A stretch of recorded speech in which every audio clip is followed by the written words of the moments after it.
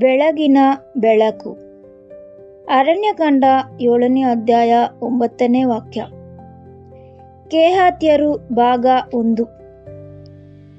ಅರಣ್ಯಕಾಂಡ 7ನೇ ಅಧ್ಯಾಯದ ನಮ್ಮ ಅಧ್ಯಯನವನ್ನು ಮುಂದುವರಿಸುತ್ತಾ ಗಾಡಿಗಳ ಮತ್ತು ಎತ್ತುಗಳ ಹಂಚಿಕೆಯಲ್ಲಿ ಉಲ್ಲೇಖಿಸಲಾದ ಲೇವಿಯರ ಕೊನೆಯ ವಿಭಾಗಕ್ಕೆ ನಾವು ಬರುತ್ತೇವೆ. ಅವರು ಕೇಹಾತ್ಯರು. ಇಂದಿನ ಗುಂಪುಗಳ ಹೊರೆಯನ್ನು ದೊಡ್ಡದಾಗಿದ್ದರಿಂದ ಮತ್ತು ಭಾರವಾಗಿರುವುದರಿಂದ ಅವರಿಗೆ ಗಾಡಿಗಳನ್ನು ಮತ್ತು ಎತ್ತುಗಳನ್ನು ನೀಡಲಾಗಿತ್ತು. ಆದರೆ ಕೇಹಾತ್ಯರ ವಿಷಯದಲ್ಲಿ ಅವರಿಗೆ ಯಾವುದೇ ಗಾಡಿ ಅಥವಾ ಎತ್ತುಗಳನ್ನು ನೀಡಲಾಗಿಲ್ಲ ಎಂದು ನ್ಯಾಯಪ್ರಮಾಣವು ಹೇಳುತ್ತದೆ. ಇದಕ್ಕೆ ಕಾರಣ ಬಹಳ ಸ್ಪಷ್ಟವಾಗಿದೆ. ಕೇಹಾತ್ಯರು ದೇವದರ್ಶನ ಗುಡಾರದ ಅತ್ಯಂತ ಪವಿತ್ರವಾದ ವಸ್ತುಗಳನ್ನು ಹೊರುತ್ತಿದ್ದರು ಮತ್ತು ಅವರ ಹೊರೆಯು ಅವರ ಭುಜದ ಮೇಲೆ ಇರಬೇಕಾಗಿತ್ತು. ಆ ವಸ್ತುಗಳನ್ನು ಗಾಡಿಗಳ ಮೇಲೆ ಇರಿಸಲು ಸಾಧ್ಯವಿಲ್ಲದಷ್ಟು ಅವು ಪವಿತ್ರವಾಗಿದ್ದವು. ಅವುಗಳನ್ನು ವೈಯಕ್ತಿಕವಾಗಿ ಅತ್ಯಂತ ಗೌರವದಿಂದ ಮತ್ತು ಜಾಗರೂಕತೆಯ ವಿಧೇಯತೆಯೊಂದಿಗೆ ಹೊರಬೇಕಿತ್ತು. ದೇವದರ್ಶನ ಗುಡಾರದ ಒಳಗಿರುವ ಪವಿತ್ರ ಪೀಠೋಪಕರಣಗಳು ಮತ್ತು ಹೊರ ಅಂಗಳದ ಕೆಲವು ಪವಿತ್ರ ವಸ್ತುಗಳನ್ನು ಕೇಹಾತ್ಯರಿಗೆ ವಹಿಸಲಾಗಿತ್ತು. ಇವು ಸಾಮಾನ್ಯ ವಸ್ತುಗಳಲ್ಲ. ಇವು ದೇವರ ಸನ್ನಿಧಿಗೆ ಮತ್ತು ಆರಾಧನಾ ಸೇವೆಗೆ ಸಂಬಂಧಿಸಿದ ವಸ್ತುಗಳಾಗಿದ್ದವು. ಅವರ ಪಟ್ಟಿಯಲ್ಲಿ ಒಡಂಬಡಿಕೆಯ ಮಂಜೂಷ, ದೇವ ಸನ್ನಿಧಿಯ ರೊಟ್ಟಿಗಳನ್ನು ಇಡುವ ಮೇಜು, ದೀಪಸ್ತಂಭ, ಧೂಪದ ಚಿನ್ನದ ಪೀಠ, ಪವಿತ್ರ ಸ್ಥಳದ ಉಪಕರಣಗಳು ಮತ್ತು ದಹನ ಬಲಿಯ ತಾಮ್ರದ ಪೀಠ ಹಾಗೂ ಅದರ ಉಪಕರಣಗಳು ಸೇರಿದ್ದವು. ಇಸ್ರಾಯೇಲಿನಲ್ಲಿನ ಆರಾಧನೆಯ ಕೇಂದ್ರದಲ್ಲಿದ್ದ ಮತ್ತು ತನ್ನ ಜನರ ಮಧ್ಯೆ ದೇವರ ವಾಸಸ್ಥಾನದ ಕೇಂದ್ರವಾಗಿದ್ದ ವಸ್ತುಗಳನ್ನು ಇವರು ಹೊರುತ್ತಿದ್ದರು. ಆದರೆ ಕೇಹಾತ್ಯರ ಕೆಲಸವನ್ನು ಇತರರಿಗಿಂತ ವಿಭಿನ್ನವಾಗಿಸುವುದು ಇಲ್ಲಿದೆ. ಕೇಹಾತ್ಯರಿಗೆ ಈ ಪವಿತ್ರ ವಸ್ತುಗಳನ್ನು ನೇರವಾಗಿ ಮುಟ್ಟಲು ಅನುಮತಿ ಇರಲಿಲ್ಲ. ಅವರು ತಮಗೆ ಇಷ್ಟ ಬಂದಂತೆ ಒಳಗೆ ಹೋಗಿ ಅವುಗಳನ್ನು ಮುಟ್ಟುವಂತಿರಲಿಲ್ಲ. ಮೊದಲನೆಯದಾಗಿ ಯಾಜಕರು, ಅಂದರೆ ಆರೋನರು ಮತ್ತು ಅವನ ಪುತ್ರರು ಒಳಗೆ ಹೋಗಿ ಪ್ರಯಾಣಕ್ಕಾಗಿ ಪ್ರತಿ ಪವಿತ್ರ ವಸ್ತುವನ್ನು ಮುಚ್ಚಬೇಕಾಗಿತ್ತು. ಯಾಜಕರು ಆ ಪವಿತ್ರ ವಸ್ತುಗಳನ್ನು ಸಿದ್ಧಪಡಿಸಿ ಮುಚ್ಚಿದ ನಂತರವೇ ಕೇಹಾತ್ಯರು ಅವುಗಳನ್ನು ಎತ್ತಲು ಮತ್ತು ಹೊರಲು ಹತ್ತಿರ ಬರಬಹುದಾಗಿತ್ತು. ಮುಚ್ಚದ ಪವಿತ್ರ ವಸ್ತುಗಳನ್ನು ಕೇಹಾತ್ಯರು ಮುಟ್ಟಿದರೆ ಅವರು ಸಾಯುತ್ತಿದ್ದರು. ಇದನ್ನು ಅರಣ್ಯಕಾಂಡ 4ರಲ್ಲಿ ಬಹಳ ಸ್ಪಷ್ಟವಾಗಿ ಎಚ್ಚರಿಸಲಾಗಿದೆ.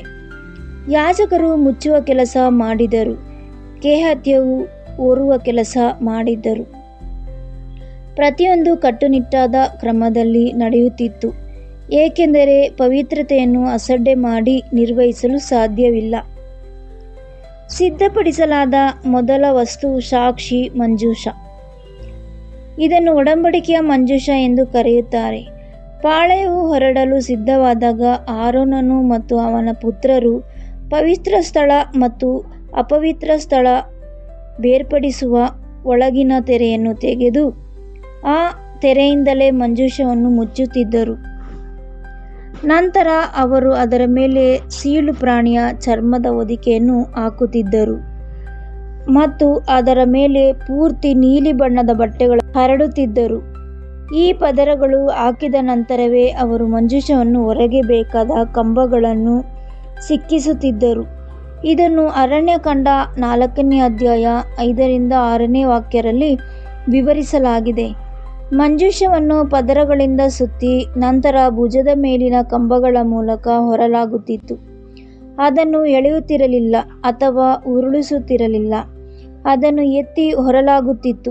ಪವಿತ್ರೆಯ ಭಾರವನ್ನು ಹೀಗೆ ಹೊರಲಾಗುತ್ತಿತ್ತು.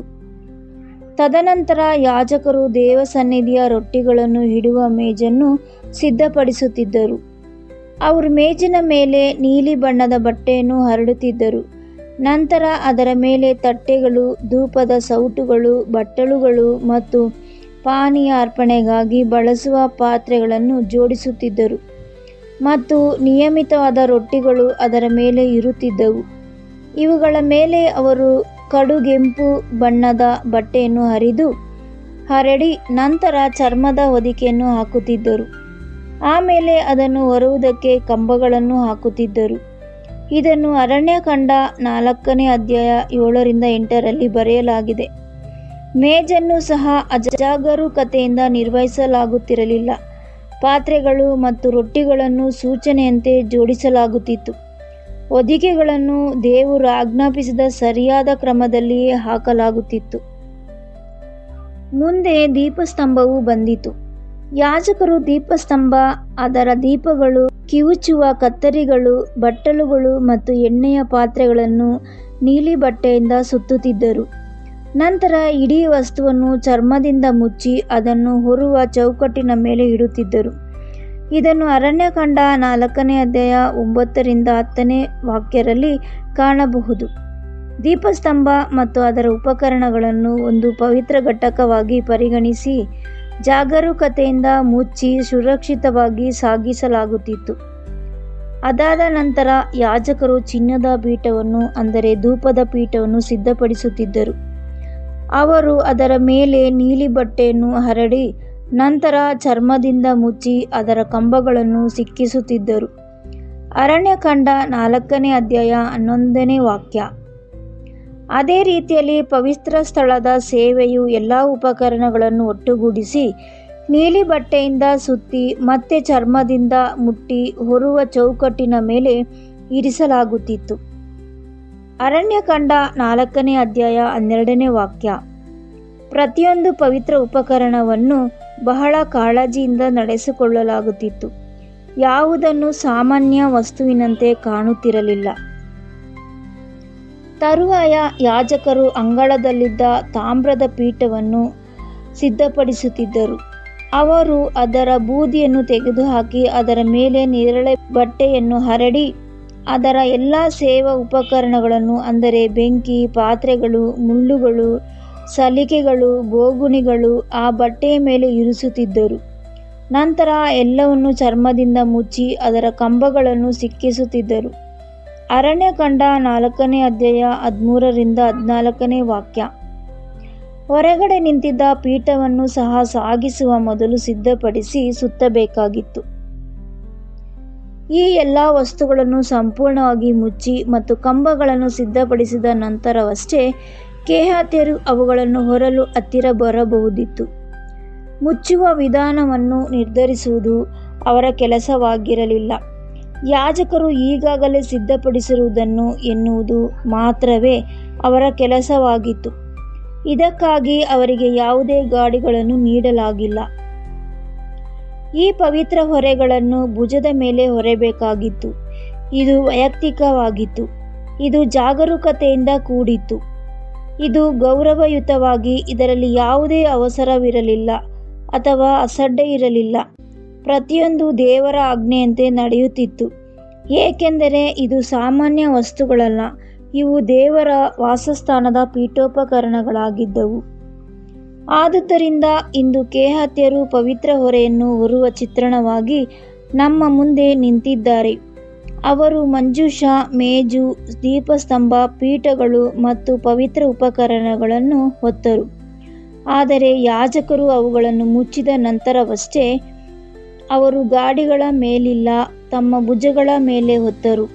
ಹೇಗೆಂದರೆ ಪವಿತ್ರತೆಯನ್ನು ವೈಯಕ್ತಿಕ ಗೌರವದೊಂದಿಗೆ ಹೊರಬೇಕು. ದೇವರಿಗೆ ಸೇರಿದ್ದನ್ನು ದೇವಭಕ್ತಿಯಿಂದ ಸೇವಿಸಬೇಕು, ವಿಧೇಯತೆಯಿಂದ ನಿರ್ವಹಿಸಬೇಕು ಮತ್ತು ಜಾಗರೂಕತೆಯ ಗೌರವದೊಂದಿಗೆ ಹೊರಬೇಕು. ಇದು ನೂತನ ಸೃಷ್ಟಿಯ ವಿಶ್ವಾಸಿಗಳಿಗೆ ಆಳವಾದ ಪಾಠವನ್ನು ನೀಡುತ್ತದೆ. ಇದನ್ನು ನಾವು ಮುಂದಿನ ಭಾಗಗಳಲ್ಲಿ ಅಧ್ಯಯನ ಮಾಡೋಣ. ಪ್ರಾರ್ಥನೆ. ಒಬ್ಬ ತಂದೆಯು ತನ್ನ ಮಕ್ಕಳ ಮೇಲೆ ಕರುಣೆ ತೋರಿಸುವಂತೆ, ಯೆಹೋವನೇ, ನೀನು ನಮ್ಮ ಮೇಲೆ ಕರುಣೆ ತೋರಿಸುತ್ತಿ.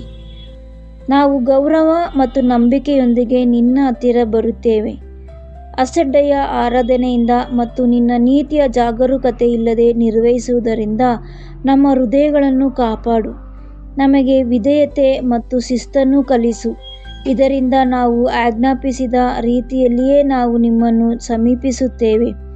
ನಮಗೆ ಶುದ್ಧ ಕೈಗಳನ್ನು ಮತ್ತು ಶುದ್ಧ ಮನಸ್ಸಾಕ್ಷಿಯನ್ನು ನೀಡು.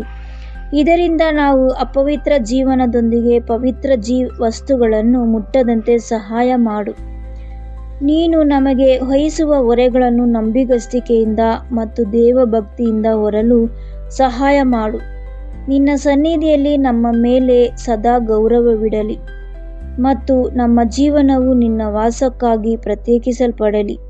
ಕ್ರಿಸ್ತನ ಹೆಸರಿನಲ್ಲಿ ಬೇಡಿ ಹೊಂದುತ್ತೇವೆ ನಮ್ಮ ಪರಮ ತಂದೆಯೇ, ಆಮೇನ್.